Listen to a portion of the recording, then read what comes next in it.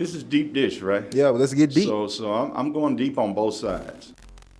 Larry, how you doing? Welcome to the platform. Oh, great. Good to be here. Thank you for inviting me. No, thank you. Thank Howard Gentry Jr. for giving me a great recommendation to get you on board. Well, I hope I don't let him down. No, he had a great interview. I'm pretty sure you'll have a great interview too. And I'm really excited about this conversation. Being a person that always knew about Boy Scouts, right? Mm-hmm. And always seen it like a long history here in the United States, but and a person that likes wilderness and explore just, but never had the proximity to it, never had access to it. So I'm definitely looking forward to having a conversation about that. But I want to learn a little more about you though, and your upbringings and what was that like for you and how you made your way down here to Nashville. Well, it's a long journey to get to Nashville, but I was born in North Carolina. All my family's from North Carolina. My dad was working on his doctorate degree, so we moved from Charlotte, North Carolina to Hattiesburg, Mississippi, where he got his doctorate there at University of Southern Miss, and then we moved to Troy, Alabama, where he was teaching at Troy. And then he eventually became Dean of Arts and Sciences at Troy University in Dothan, and we moved to a little town called Enterprise, Alabama, which is in South Alabama. If you go an hour and a half directly north of Panama City Beach, you'll be in Enterprise. Okay, so I got to ask you a sports question then. You know, where your allegiance at? Is it are you Tar Heels, Duke, you Roll Tide, or like what are your sports alliances? I'm Duke and Roll Tide. Duke and Roll Tide. Duke in basketball, Alabama in football. Okay, we got to make that clear. If you live in Alabama, Jerome, you got to come to the altar, so to speak. At some time and pledge your allegiance to Alabama or pledge your allegiance to Auburn. And most of my friends were Alabama fans, so I just jumped on the Alabama train, which is a good train to be on, right? It's a hell of a train. You can. Hey, it's one of the longest trains. But you can't be neutral in Alabama. Okay. I mean, you can't be like for some other team. You got to choose between Auburn and Alabama. Right. There's no in between. There's no in the middle of the fence. Right. That's exactly right. But I had a great experience growing up at Enterprise. It's really a military town. Fort Rucker, Alabama, which is the home of Army Aviation, is there just outside of Enterprise. And so I had friends that were from Germany, from Thailand, and all over the place. And then I had people who were friends that had grown up there. So it was a very unique experience. And our little town of Enterprise didn't have very much, but we had a really good YMCA. And we had a really good Boy Scout troop. And really, the Boy Scout troop started at our church. And I told my dad, I said, he wanted me to join. I think my dad was kind of a tenderfoot scout, maybe. He didn't make it very far. But he really believed in scouting and the values that it teaches. And so the church started a troop. And I was like, Dad, I'm playing sports, and I don't know if I really want to join the Boy Scouts. And he talked me into it. And it was one of the best decisions I ever made. So how old were you at this time? I was 11, I think. Oh, wow. Okay. Yeah, 11 or 12. And so I had really never been fishing or been in the outdoors much. My dad was a gym rat. So my dad would be waiting at the YMCA gym for them to open the doors on Saturday morning with like 15 kids. He'd be the oldest guy there, and I was tagging along with him. But he had no interest in the outdoors. So it opened up a whole new world for me. And we went on a camp out down to Panama City Beach. And it was state park down there. I forget the name of it right now. But we camped out on the beach, and we caught fish, and we cleaned the fish, and we cooked them. It was just a lot of fun. Yeah. And at the time, it was just fun for me. I didn't realize the values I was getting. Right. And so I stuck with Boy Scouts. And I was playing basketball. And candidly, this is embarrassing, but in the 7th grade, I'm tall even back then. I'm 6'8" now. Right. But I didn't make the 7th grade basketball team. Really? Yeah, that's embarrassing. This is the first time I've actually admitted that to other people. So I went to the YMCA because I really enjoyed playing basketball. I just didn't make it. And this coach who was there at the YMCA, he kind of took me under his wing, and we went to play in these different tournaments and places and really gave me a lot of confidence. Right. And I think I was just lacking confidence. Plus, I was really, really skinny. Right. So anyway, I became better at basketball, made the high school team. Okay. And I was still skinny. But But anyway, I was still in Boy Scouts, still playing basketball, and it was like two different worlds for me. You know, Right. the whole basketball world was just focused on winning, getting better at your skills, Right. and that. And the Boy Scout world was more about what are you going to do with your life. You know, it opened up opportunities.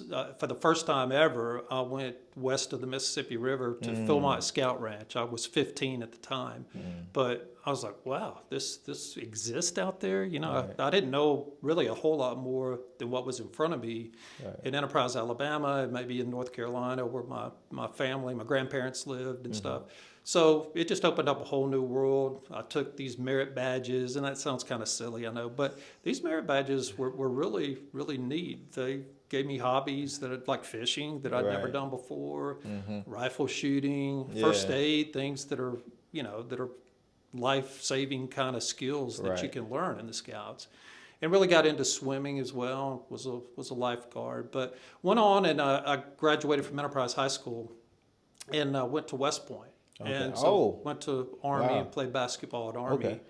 And I really didn't know anything about the military. I just saw these people at Fort Rucker that would drive into the base in the Right. morning and they drive out in the afternoon. I said, well, that can't be that bad. Well, you had to be pretty smart to get into West Point, though. They just not letting anybody in the West Well, Point. let me be straight up with you.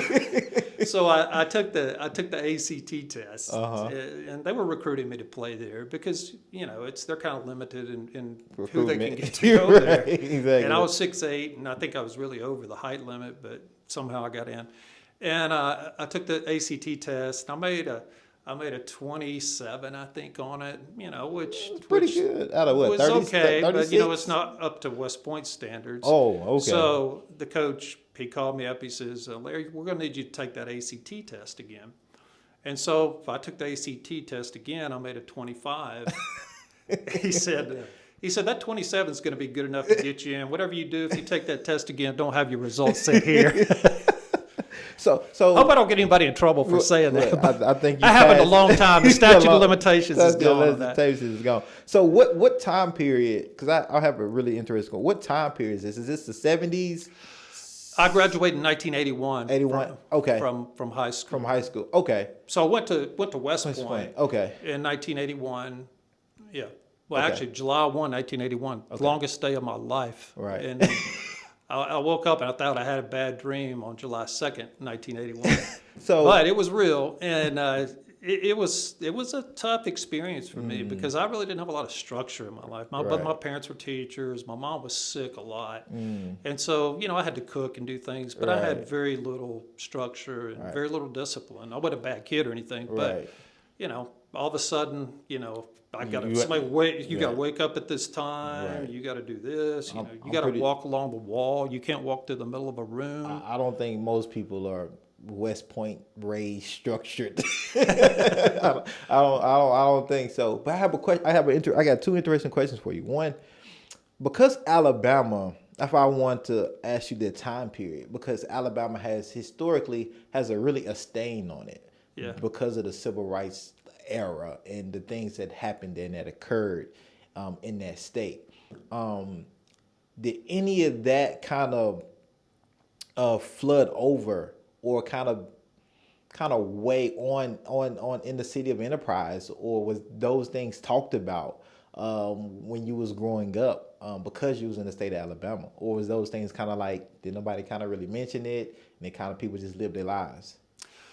That's a really good question. And I think Enterprise was a little bit unique in that it had people from all different parts of the world, basically, that were there.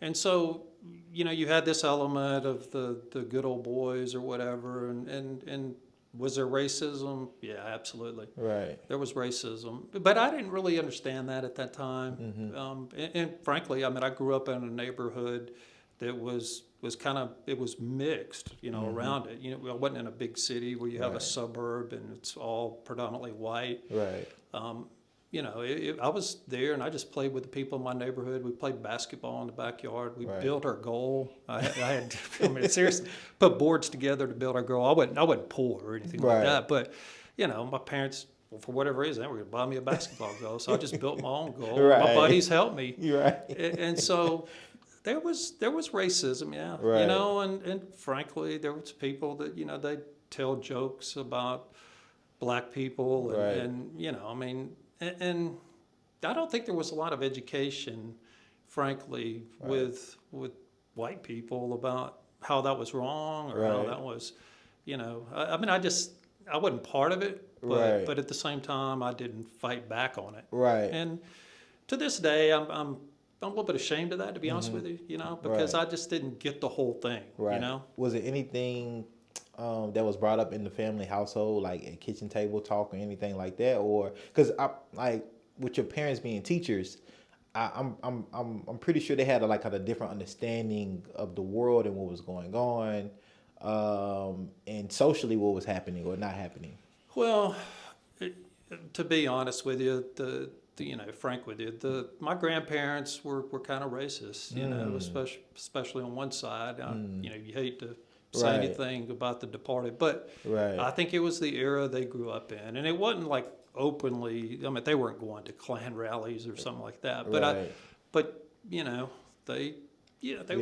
were biased or Right. racist, at least in a you know Right. in a small way, I guess, you know. Right. And so I saw that bias, and I didn't buy into it. Right. You know? I mean, I just let it go, I guess. Yeah. And my parents were not. I never heard them say anything negative. They were teachers, and you know, they were very open and supportive. Although, you know, with each generation, I think it becomes probably more of that bias, racism, whatever Right. you want to call it, is I think it goes away some. Yeah. But you know, I think there's still some little pieces of it Right. that are not. I don't know. It's just stereotyping, maybe. Yeah. Yeah. And that's wrong. I mean, I know that's wrong. And then like you said, like educational awareness, exposure. If you're not in communication or proximity to particular people, you can have those implicit biases, right? Right.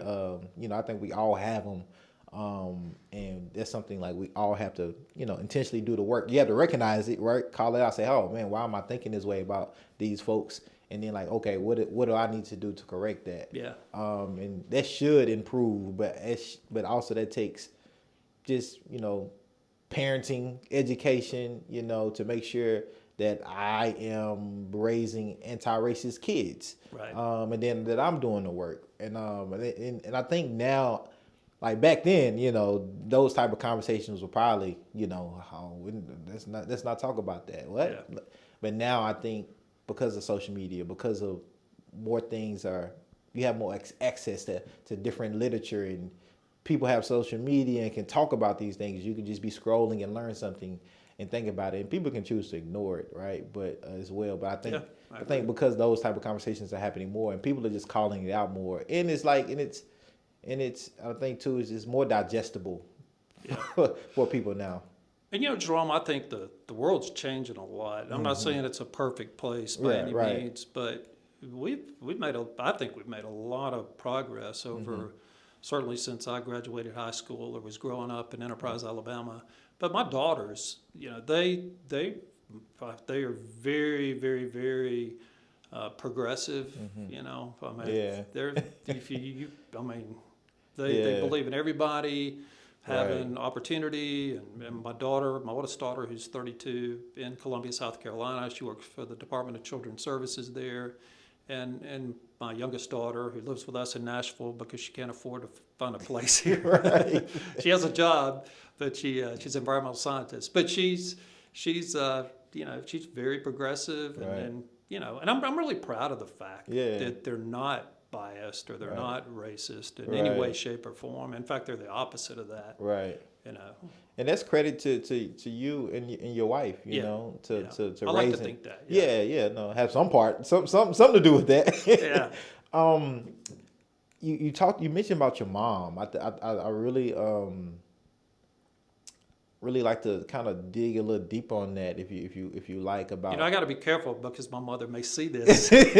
well, you mentioned that, you know, your mom was sick a lot and you had to help her and you know, cook and do things like that. What was that like? As a child and having to, take care of a parent, and how did that shape? That stuff like that builds character and gives you a different perspective. She wasn't sick all the time, but she was sick some, Right. and frankly, I probably didn't do as good a job as I should have, because I had two sisters. Right. One's 5 years younger than me, one's 7 years younger.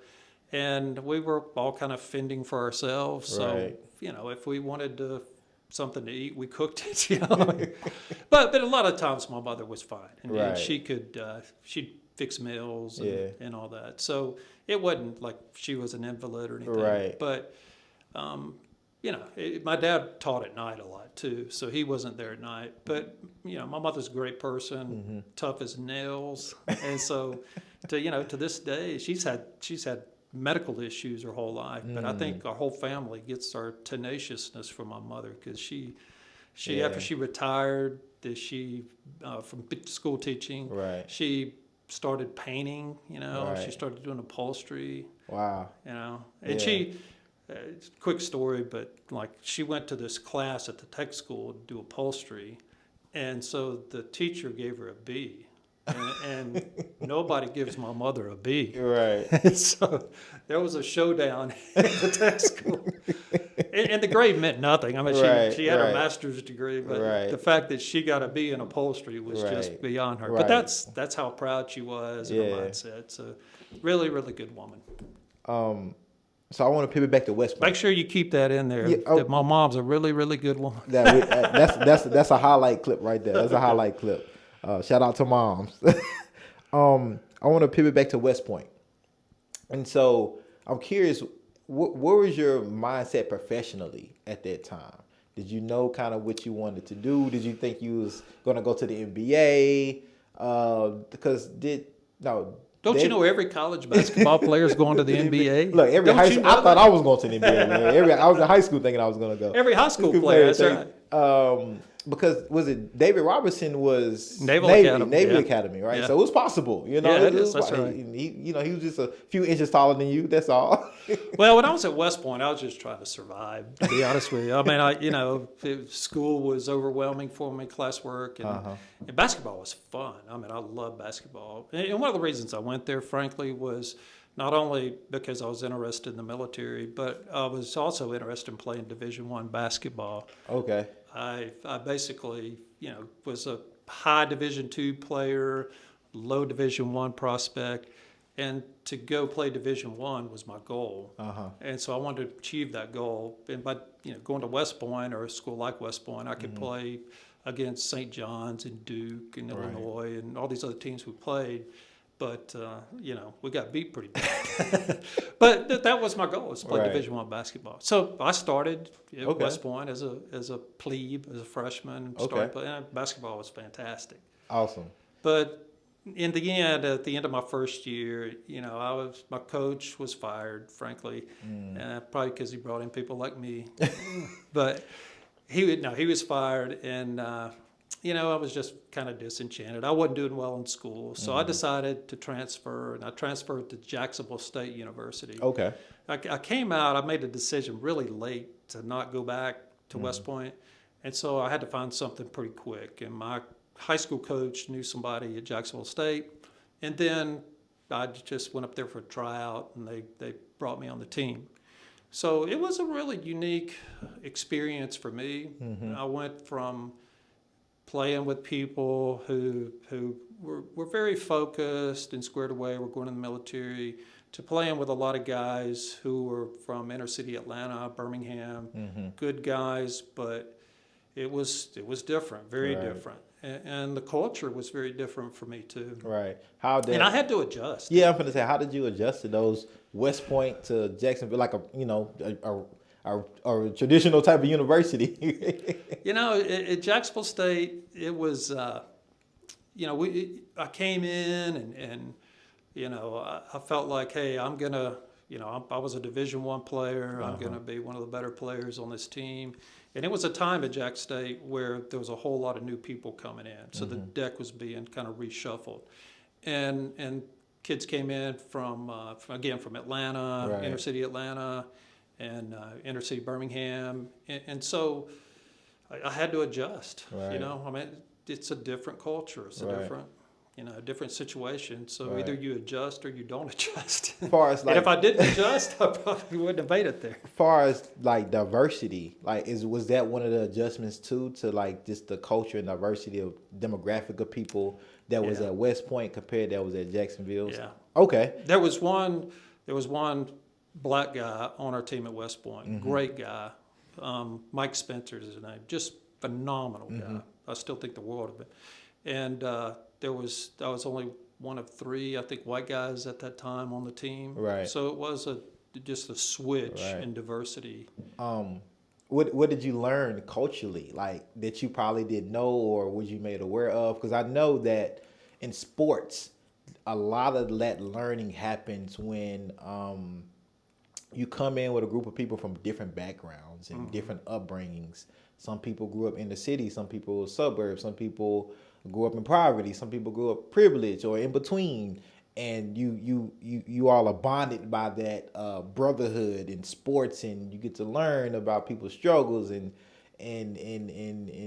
how people are being treated differently in the world, and because of these things, and people's perspectives on the world because of what they went through. How did all of that mix, all that gumbo mix into like shaping your perspective and your view of how things were at that particular time? Well, you know, I had been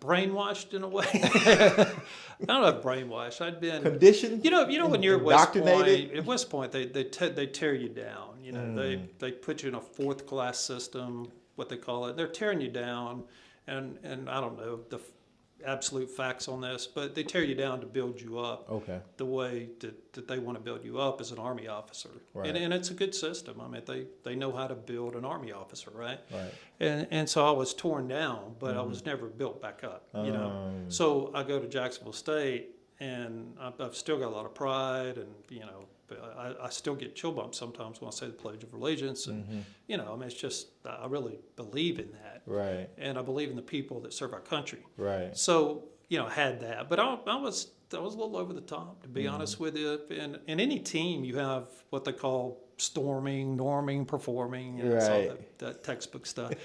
and we were storming, and you know, digging a little deep here, but we had a conversations, that's what we do. bachelor party for one of the assistant coaches, and I kind of got in a little scuffle with one of the new players that came from Birmingham, and it didn't go well in the end For you or for him? for me.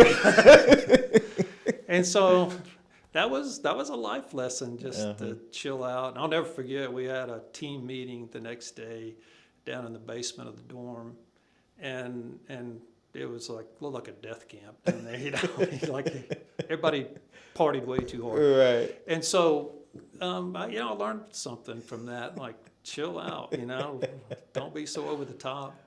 And that was a good life lesson for me.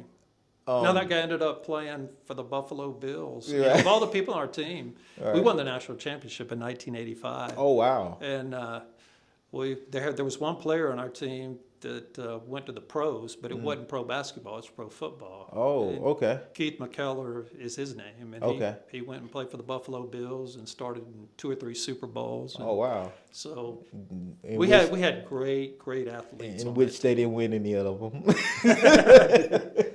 I didn't As wanna we say know. that.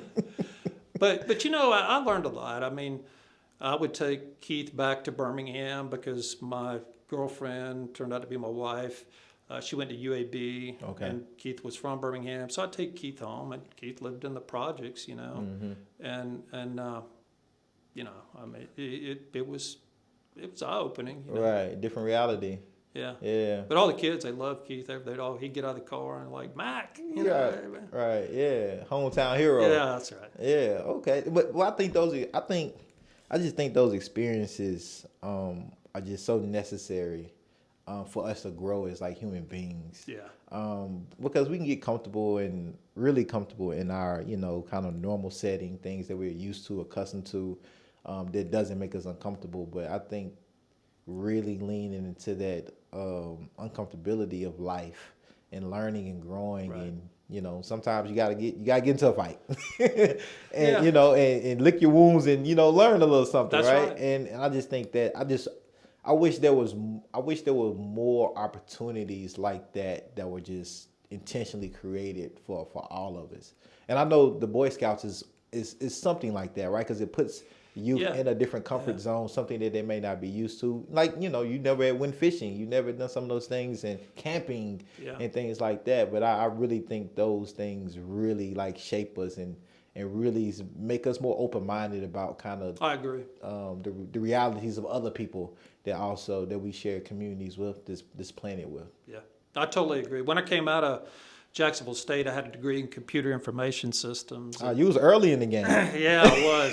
RPG programming, you was early. You was early. People in my office still don't believe I have a degree. I got to go get the diploma. You gotta hang it up. How do you work this Excel sheet? So I had a degree in computer information systems, and I went down that path because that was the path to go down. Like that was the future, which it was. Yeah. Back in 1985, 86. And so I came out and I decided I don't really want to do that. Plus I was having trouble finding a job anyway. And so I kind of tripped into working for the Boy Scouts and started out, I went to interview. Right. And so I didn't get the job, which was in Montgomery, Alabama. But my name went on a list as available if another Boy Scout council geographic area wanted to hire me. And so I got a call one day. I'm working on my MBA because I just didn't find a job. Right. And this guy named Bill Luke from Tallahassee, Florida, called me up, said, "Hey, I want to come by and visit with you." So I put on my best blue suede suit. Looked more like a blue jean suit, I think. And I can't believe he hired me, actually. And so we met at the Holiday Inn, had lunch, and I ended up being hired. I went to Thomasville, Georgia, and started working for the Boy Scouts, December 15th, 1986. Wow. So, and I thought I'd do that for about 2 or 3 years, and turned out to be 35 so far. So, and that's amazing because now, especially with like millennials like myself, staying at a job 5 years is hard. It's difficult. Trust me, I know. but like it's hard to keep people. Yeah, and good people, right? Because people move on, other opportunities open up. So I'm curious, doing that 35 years, what kept you inspired to the mission of the Boy Scouts, and what kept you there? Because that's just amazing, one, but it has to be something I think even deeper that you saw, right? And just the whole purpose of Boy Scouts based off your lived experience and based off like the experience you was creating for others as a staff member. Yeah. The people that I work with, I love people, and the people I worked with were just unbelievable. I'll put Boy Scout volunteers up against any other volunteers in any nonprofit organization in the world. They're so committed to helping young people, and that really is why I stayed. Right. There's different size Boy Scout councils, and I was in a really small council starting out, Swanee River Area Council out of Tallahassee, but I worked in Thomasville, Georgia. And the people that I met were just some of the most fantastic people. There's Gene Collins, and Gene's passed, but he was a Vietnam veteran, and he really wanted to help African American kids to be in scouting and to learn skills, and so the scouting in the town of Thomasville at the time, probably like a lot of other towns in the South, it was not purposely segregated, but it was pretty segregated, really. Yeah. And sounds like the South. Yeah. I mean, it is the reality even to this day. Unfortunately, it just. Gene, he had some health issues that he got from being in Vietnam, but he really worked with those kids and worked really hard to keep them on the right path and to teach them values and what was important, and giving them skills, letting them see more than what was in front of them in Thomasville, Georgia, to have experiences of going to different places. And a lot of those kids had never been to Atlanta even. Atlanta's a long way from Thomasville, but he really inspired me, and there was other people there that inspired me. A guy named Willie Hill, who was a leader there at an all-black church. He and I went through Wood Badge together, and Willie didn't have a shirt, because I don't think he could afford a shirt. Right. So I gave him my shirt, and we were tent mates at this training they call Wood Badge. It's a little bit over the top, but it is a little bit like a West Point hazing at the time. It's changed a lot now, but we became really, really close friends. And fast forward after I left, I was there 3 years and left, but his troop was coming back from a camp out, and they came upon a house fire, and they actually pulled 2 people out of the house. Wow. And saved their lives. Wow. Which was really cool. Yeah. But Willie's a great guy. So all these people that I met, I didn't get a chance to work with the kids very much because of the volunteers work with the kids. So right. we had about, I guess it's 40 or so different scouting groups that met in Thomas and Colquitt County, Georgia. Okay. But that inspired me, and really my dream was kind of to go into coaching. Okay. So I wanted to be a basketball coach. but I never really had a mentor. I mean, everybody needs a mentor. Yeah. And a mentor in their job, mentor in their life, to try to do the right things. A lot of times that's family members, but sometimes it's somebody outside the family. Just to unpack things. Yeah. Yeah. And sometimes having a mentor. My dad was a great mentor to me, wonderful mentor, but my scoutmaster was also a great mentor to me. And there's things you can talk about with your scoutmaster or whoever it may be that you can't talk about with with your dad. Right, because you might be talking about your dad. Yeah, that's true. No, that's amazing. The 35 years. With the Boy Scout Council, like it's just something I think to be proud of, and again, a long tenure organization throughout the country. But I want to pivot into kind of what has been going on like over the last couple of years just in this country around just social justice, right? Because there's a lot of crises going on right now: housing, education, wages, et cetera, et cetera. Yeah. It's human rights crises and things going on.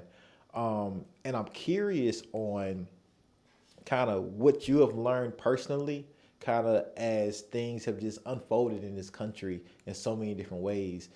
Many people like to go back to like the George Floyd murder of 2020 and kind of like, oh, okay, now we see, but we know it's been happening way longer than that. And so I'm curious how all that has just kind of shifted kind of your world a little bit personally, and maybe how that kind of pivoted professionally as well.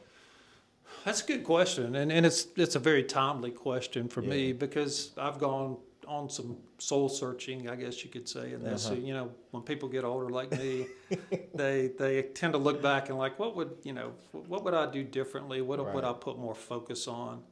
And so, I've really thought about ways to help young people, and especially African American young people. I've always wanted to like, hey, there's opportunity out there, because I think so many people, especially African American people coming out of college, sometimes don't see opportunity, or maybe before they go to college. Right. So I'd love to be a mentor for somebody to try to open doors and try to make opportunities happen. Now we do that through scouting. Right. And we have a lot of great leaders in our Scout Reach program that we have in our council, and we focus on areas mainly in Davidson County where there are not many scouts, underserved areas we call them, but they're mainly young people and families of color, or maybe lower socioeconomic. Those two don't always match up, obviously, but we want to help kids get into scouting. So I went to a gentleman who retired from the Army. He was a major general. And he volunteered to help us out, was doing a lot of things. But he's really getting into it. And I talked to him and I said, hey, would you like to run our Scout Reach program? Because I really would like to make more of an impact, an additional impact in what we're doing in our Scout Reach program. He said he'd love to do it. So we hired him to be our Scout Reach director. And we've got a lot of things teed up. You know, things move slow everywhere nowadays, but we've got some good things in place, and it's all about finding the people who are the volunteers that are willing to be the mentors and the leaders. And you know, a lot of times when you go to the Black community, you don't find people that were in scouting a lot. Now, you do find some, but you don't always find a lot of parents that were in scouting, and that's sad for us. But we want to find people that are willing to do that. Yeah, and be leaders. Yeah, and I wondered too, how far as being in the inner city, where you don't see a lot of woods and outdoorsy kind of things on a natural basis. You just concrete, and you navigate towards a basketball court or football field, and so I wonder how much does that play into people seeing Scouts, Boy Scouts specifically, because we see the Girl Scouts with the cookies and everything like that, and the Boy Scouts do the popcorn. Right. All right. That's right. Yeah. Right. And so, but because as I was just thinking about this interview, I was like, man, like as a person that as I got older, I was like, man, I wish I would have been able to go hunting and do all these things, but it just the access, or we didn't know the access was available or the opportunities were available. And I did YMCA and things like that, but like Boy Scouts, you heard about it, like Eagle Scouts and all of these things. But it's just, I'm just curious. I wonder if there's like an audit or anything that y'all do around kind of that type of like information, if people feel welcome or people even know it's available to them.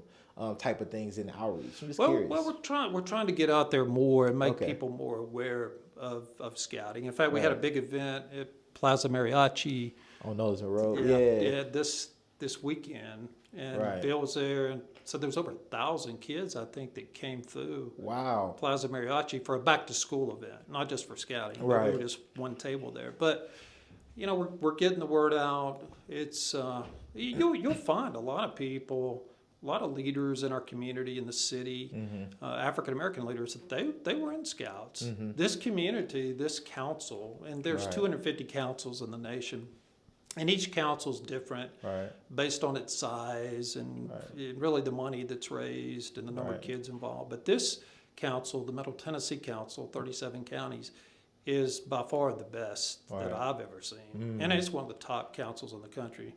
Not just in fundraising and community support, but in leaders, people that are willing to provide time to kids. So there's a real spirit of giving back in Middle Tennessee. And so, I come across a lot of alumni of scouting. I wonder if this generation, what effect did that play too, because I'm only 32 and I feel like the generation like that's coming behind me is like they're not outside as much. They're not even playing outside as much. Their technology is taking over the experience. So I want, so if you don't have a parent or a grandparent or something that was in Scouts, I wonder if has just the new age of technology and how kids experience life kind of also played a part into even thinking about something like Scouts. Yeah, I think that's right. I mean, some people are intimidated by camping, I mean, there's kids right now that probably never been stayed out somewhere where they didn't see the street lights or lights of the city, and that could be intimidating for them. And so we want to ease them into that. We don't want to go on a 7-day hike. Let's go. Yeah, exactly. Exactly. But the thing about scouting, and here's the real deal. It's the hook, so to speak. The way that scouting's run is really all set up to teach character and values and citizenship and leadership and all those things that are so important for society and for our country. And I think we're in a bad place as a society. I mean, you have all these young people. Not all these, but you have young people going out and shooting up schools. I mean, we didn't have that when I was growing up. I mean, I don't know where the breakdown is, and I think a lot of it's mental health. But we need to really work on mental health in this country, and it's not just counselors or medicine. I think it's things like scouting and Right. the church, and you know, there's a Right. lot of things, Yeah, it's a lot of resources. that. Yeah, that's I think that's a good point, Larry. Like, this is that something the scouts are kind of trying to also target and kind of be a resource for when youth come in and have those conversations about, hey, is how's everybody's mental health? Yeah. What does that look like? Are those conversations being had, or is that something? Well, I don't work with kids Kids, directly right. nowadays a lot, so I don't want to say something Right. and like you don't know what you're Well, talking from about because you don't work with kids. But I Right. can see it in talking to kids, talking to leaders, talking to my daughters. Right.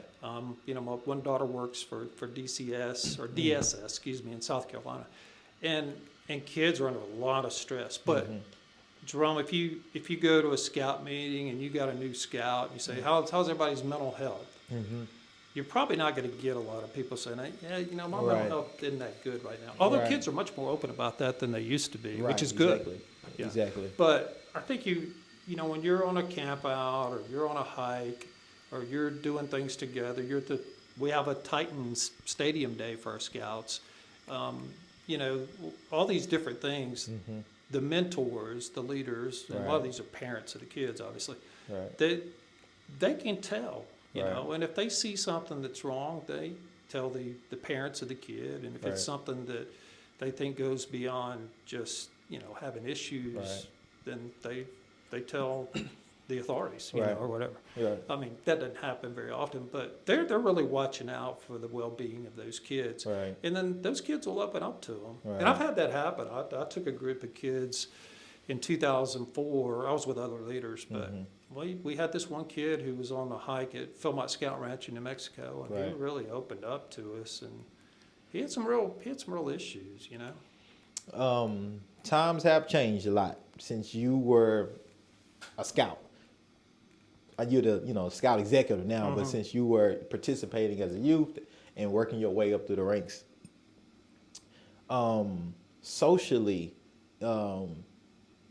diversity, gender identity has been a big conversation just throughout the world in a lot of many aspects. Is the Boy Scouts right now, is it still exclusively for boys? Because I've seen like in Rutherford County, like maybe in Yeah, that's right. 2019, Yeah. they accepted the first like three females, 3 young girls, I think, something like that. I can't remember. The Boy Scouts changed their policy on allowing girls in. Girls were always allowed in at the older program, not always, but started back in the 70s, where they were allowed in a program we have, Exploring, which is 14 to 21. It's Okay. co-ed. Okay. And then another program called Venturing. Okay. But 2018, I guess it was, the Boy Scouts said, we're still going to have single gender troops, Okay. but we're going to allow girls to be in Boy Scouts, Right. basically, and now the program's called Scouts BSA. Okay. The overall program's called Boy Scouts of America, but Okay. they allow girls to participate in scouting programs. Okay. And, you know, we caught flack for that. But people say, well, you've got the Girl Scouts. The Girl Scouts is a great program. Right. But it's different than the scouting program, the Boy Scouting program. And they're both great programs. Right. And we've had girls that have gotten their Gold Award and Girl Scouts and their Eagle Scout Award Right. and Scouts BSA. Right. And so I've seen girls thrive in the Scouts BSA program. And I think it's been really good. Frankly, I would love for my girls to have had the opportunity to be in Scouts BSA, because I think it's a very, very unique opportunity to learn Right. leadership. I really do. Well, another thing that I want to ask you about, and it's still like what's happening just so much socially now, and something I'm still learning about, and specifically to the Boy Scouts and just how y'all are kind of have the Girl Scouts, Boy Scouts. How have you all kind of responded and opened up to, addressed, be there for youth that may identify with the LGBTQ plus community? Because I know now there's everybody is when it comes to diversity, inclusion, equity, that's something now that everybody's kind of focused on. That I think many people just missed or just wasn't aware of, but because it wasn't like going back, the conversation wasn't as big, or the need to focus on it wasn't as big. Whereas to now today, people are learning and growing and say, oh, wow, this is a whole other community that are still human beings, but you know they have to navigate things a little different. How do we respond to that? That's a tough one. The Boy Scouts of America actually came out with a new merit badge. It's called Citizenship and Society. Okay. And they made it an Eagle Scout required merit badge. Now, I can't say that everybody's real happy about that, because, you know, this is a big time culture war, social kind of fight, I guess you could call it. Right. And very political, you know, polarizing and all that.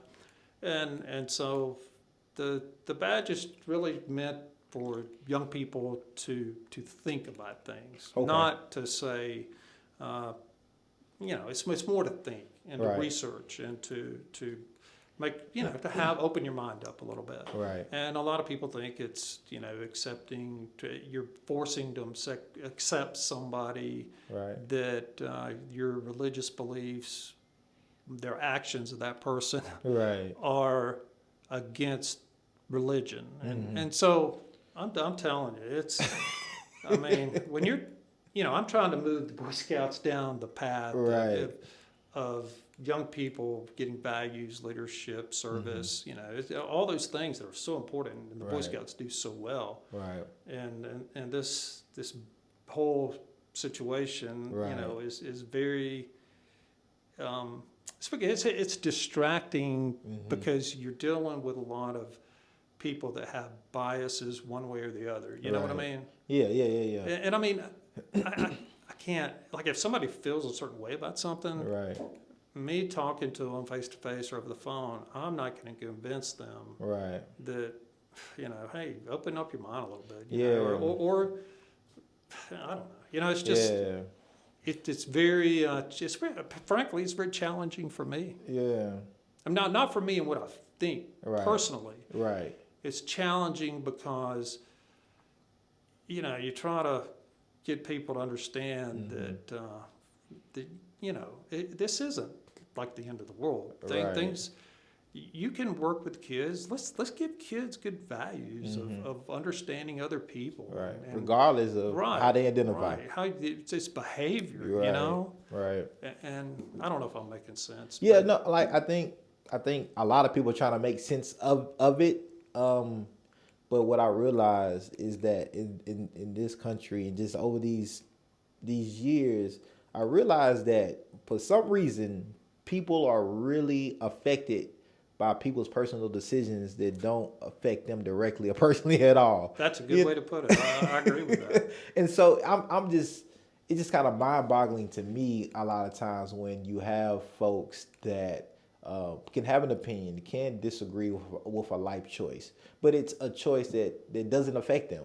And so I always like, why do they care so much? Why does that throw them off their kind of focus on what they should be focused on personally and in their life by the actions of another person that doesn't harm them, doesn't help them, doesn't do anything to them at all? So it just, I don't know. It's a behavior issue. You know what I mean? For that, if you're infringing on somebody else's rights, just like you're saying, you know, then that's different. That's a problem. Yeah, but that's different. Yeah. I think I look at every person. I'm like, you know, there's something behind the scenes in that person that they're going through, and there's challenges, and how can we help that person be their very best, no matter what they are. You know, no matter what the situation is with that person. I'm rambling around that. No. But like when it comes to those kind of social justice issues, human rights type of things, how do you balance that? Like as far as like your personal opinions and then trying to move them into the professional world and get other people to kind of see and open up. Does it give you migraines? Or you be like, oh my gosh, or are there like healthy conversations among team and staff, and it's just that thing of just kind of like waiting, and you just have to, this like time will, it'll time will come where things will be kind of really diversity, inclusion, and equity for all. And is it move towards that direction? We're not doing as much as we probably should do, and focus on it. It's not that we're doing anything to by any means to stop, Right. but we could be doing more. One of the things with the Scout Reach programs, I want to do more there with the kids, but internally with our staff and with our Right. council, with our executive board, I think we could do a better job. And you have to be very intentional about it. I mean, Right. you can't just say, well, yeah, let's do it, but you don't have any Action plan. action plan. Yeah. And so we could do better. There's no doubt. It's just hard to figure out where to go sometimes, Yeah. I mean, there could be plans and things that you put in place, but people have to respond, and people, it's a whole educational process, and it's Right. education for me too. I'm not Yeah. sitting here saying I'm an expert on diversity, equity, and inclusion by Right. any means. I'm trying to run a Boy Scout council. Right. I mean, and that's a piece of it. Yeah. Support it, but I can't just quit the other things I'm doing and Right. focus totally on that. Yeah. But I think that's But I do believe in it. yeah, but I think that's where like team comes into place, right? And that's how you, as the Scout executive and CEO, that's how I think you leverage the power of your position, right? And give that power to others to kind of shape and mold and move the organization forward in ways that you want to. But you're only one person. You can't do everything all at once, and you have to kind of be intentional where you spend your time. It starts at the top. Yeah. I realize that. Yeah. And it's I need to do better. Right. But long as you recognize Just it. like when I played basketball, you make a mistake, you own it. I don't think I made a mistake, but I don't think I probably Right. put as much into it as I could have. Right. Well, And I'm really, like I was telling you before, I'm going through a little bit of an change. epiphany. Yeah, epiphany. Yeah. You But know, I think that's good I though. was reading the book Why We Can't Wait. And I'm because what we're doing is Scout Reach. Right. Sometimes, when you're in the world in Enterprise, Alabama, or you're in at Jacksonville State or West Point, you're just moving forward. Right. You don't stop and you don't think like, Right. why does this not make sense? Right. What's wrong with this? You're in society and you're moving along. And Right. I think I'm looking back and trying to look at really the plight and the situation with other people. Right. That's I get being retrospective. Yeah, but I think that's a good place to be, and hopefully that's a place that we all hit through our life where we can stop and reflect on some things that we could have just been better at, or we just could have been a better person, better team member, brother, sister, whatever it may be. Because it can get to a point very easily, just go, move, Right. do, and there can be some things that you miss. I'm very goal oriented, very competitive, and I Right. like to get results. And, Yeah, and the results in scouting are great because you're getting kids who have a great program that's going to make a difference in their lives. But sometimes, there's results that don't show up in a number Right. on a piece of paper, and those Right. results are more diversity, equity, inclusion, Right. kind of things. Yeah. They're successes, but they don't necessarily show up on a spreadsheet. You know what I right, mean? exactly. Well, I do want to say this too, so I don't forget. I do want to congratulate you for being in the Leadership Nashville Thank you. cohort. I'm looking forward to it. In which you probably going to be covering and talking about a lot of these things amongst other leaders and community members here in Nashville. I hope I didn't say anything that's going to give you kicked. No, I don't think. If anything, I think you said some things that whoever the facilitators are will be able to, kind of challenge you on and agitate you around. Yeah. Because you've opened up now and say, yeah, I need to be better. I need to do this better. And so I think, if anything, once they look at this and they hear it, they're like, oh, this is something we can poke Larry around and you know what I'm saying? Like, are you doing this? You was on Deep Dish. You said you could be better at this. Why do you think that? So, but no, congratulations. Well, I tell you, thank you very much. And I tell you this, Jerome, I'm not a kind of person that likes the the facade of something. You know, like whatever we do, I want it to be top notch. I want it to be real. You know, and so whatever we do, you know, I want it to be right. And so, you know, I can walk in here and give some kind of elevator speech about what we're doing in diversity, equity, inclusion, but you know, and we're doing some things, but I think we can do a lot more. You know, I want to talk a little bit about like your white man privilege, right? And since you've been reflecting, how have you reflected on that? How have you reflected on how you can use that privilege personally to mentor, you know, help people get access to certain things, and also how you make decisions, professionally and personally as well. Okay. Is it on? Yeah, we okay, I'm sorry. no, yeah, I thought you said you were pausing. No, yeah, I'll play it again. Well, sorry about that. So that's a good question. I've thought about that some, and thinking about reading the book of, you know, the Why We Can't Wait, and frankly watching documentaries and being retrospective in my life and things like that. Right. Please try again. Something went wrong. That's Larry's phone telling him something. Did I say Siri? Sorry about that. Oh, no worries. So, I think I've had advantages that other people haven't had. I do believe that, and I think there's a long history of there not being opportunities for Black people, mainly. As you reflected on that, and being retrospective in your life at this point, how have you been able to, or have you thought about being able to use that privilege and power, right, to maybe elevate Black folks or people of color, or making sure you're more intentional, right, about making sure those voices and faces are in the room when you're making decisions. So, because we all got blind spots, right? Me, you, everybody else in the world. And recognizing those blind spots is the first thing. And it seems like, you know, to me, just talking, it seems like you recognize it. You're at that point of recognizing, like, hey, you know, I missed some things.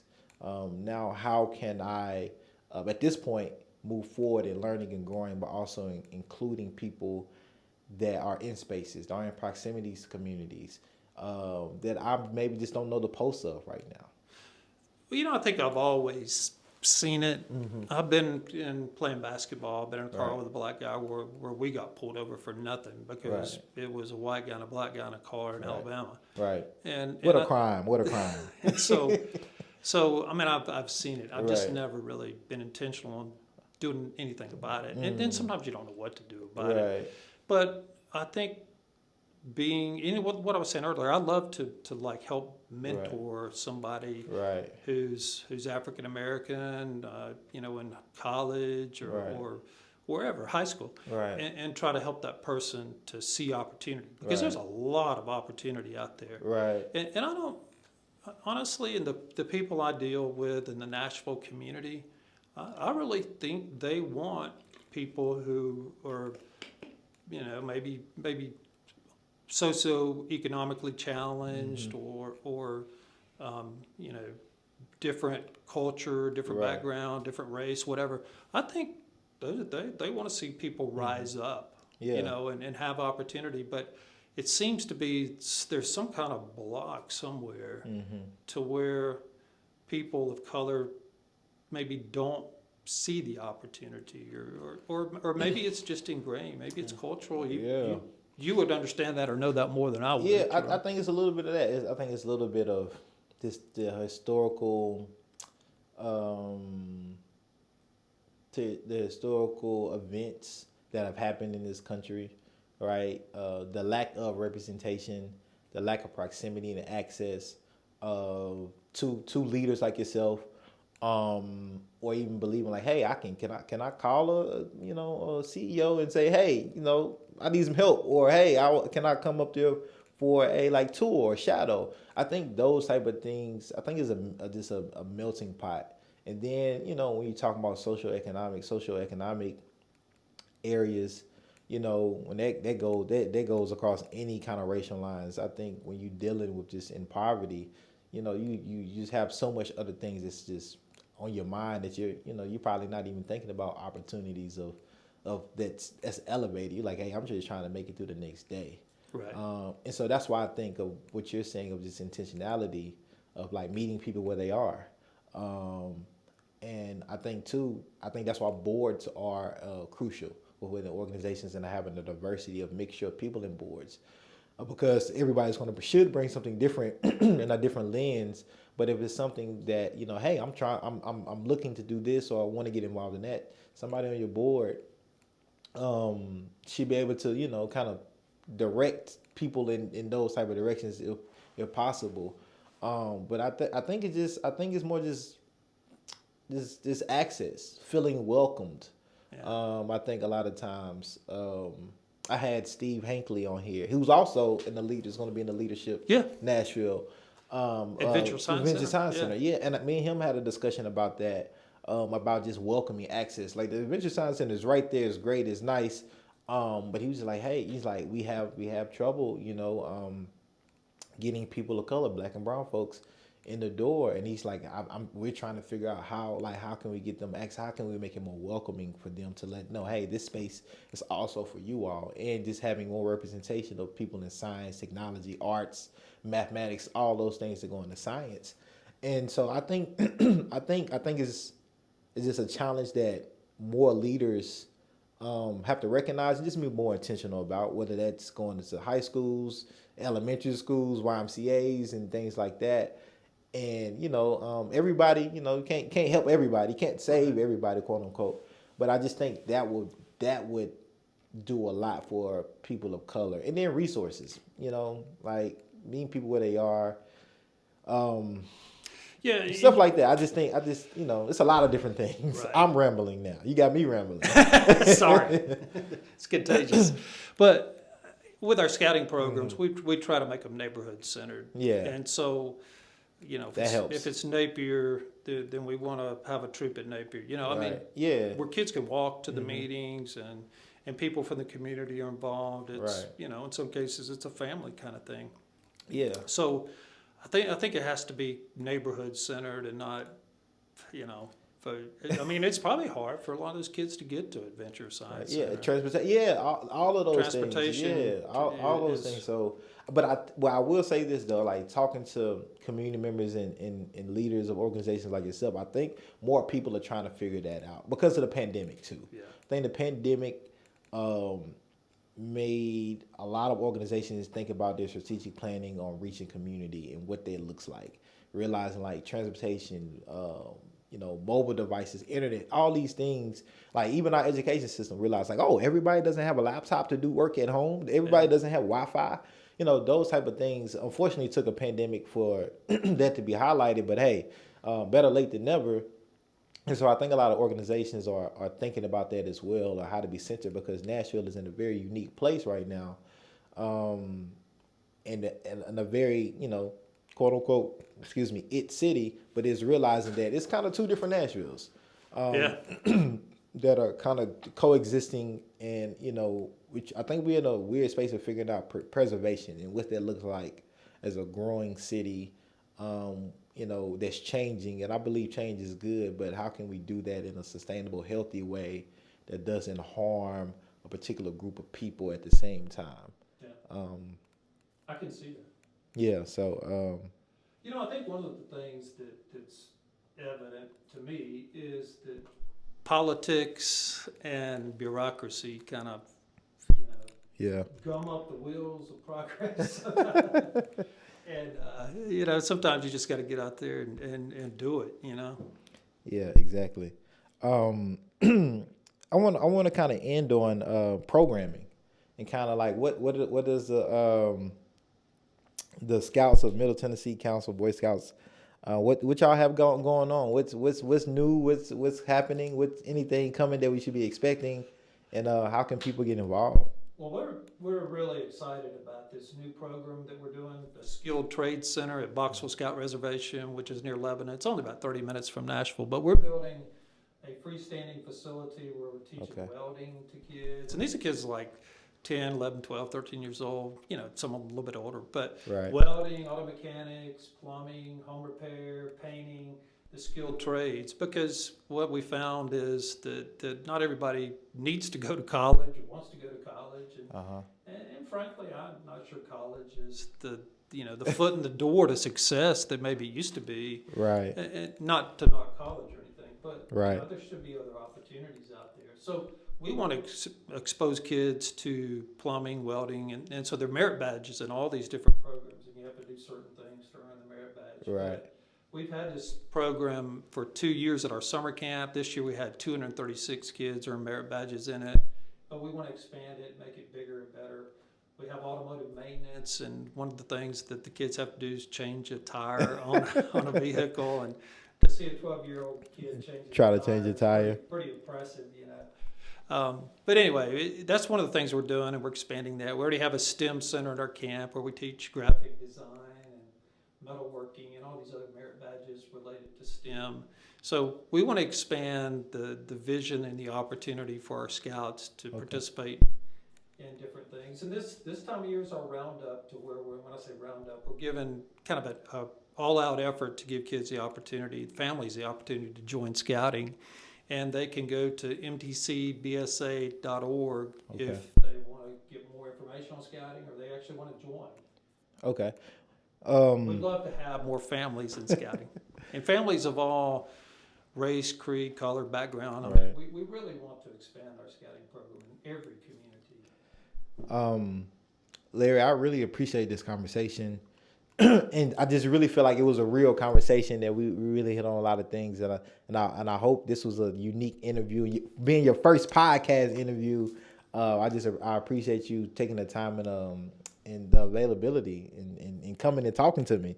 But I want to give you kind of like the last word, the space to if it's something that we didn't hit on, if something that you want to extrapolate on.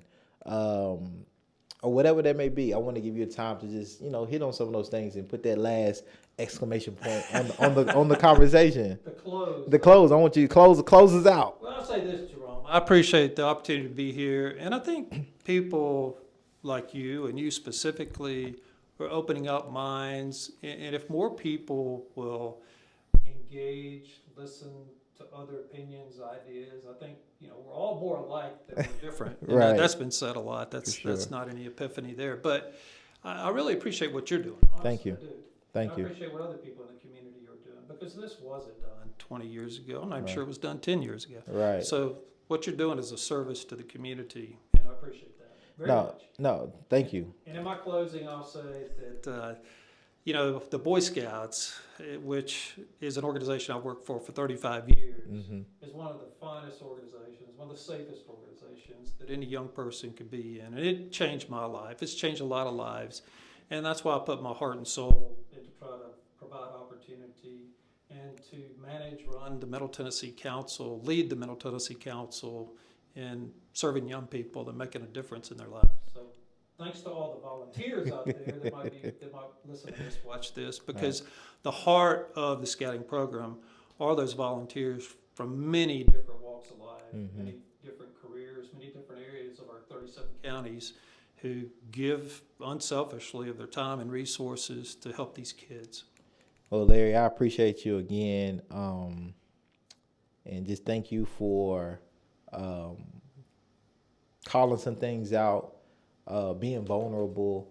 And I think, again, going, like you said, maybe even 10 or 20 years ago, leaders like yourself wouldn't having these conversations or wouldn't even open to talking about some of the things. So thank you for that. And look forward to having you back.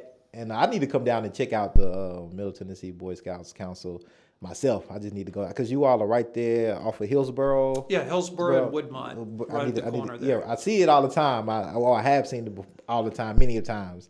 And so I got to come check it out. So now you need to come to Boxville Scout Reservation. We'll put you on the zip line and shotgun shooting. Look, and my son is not old enough to do Scouts yet, but he's 2. And so he'd be 3. So we got to figure something out, And he's an outdoor baby, so he loves outdoors. So we have an early entry program. Okay. Well, Larry, thank you for your time again, Thank you, and I really appreciate this conversation. Thank you.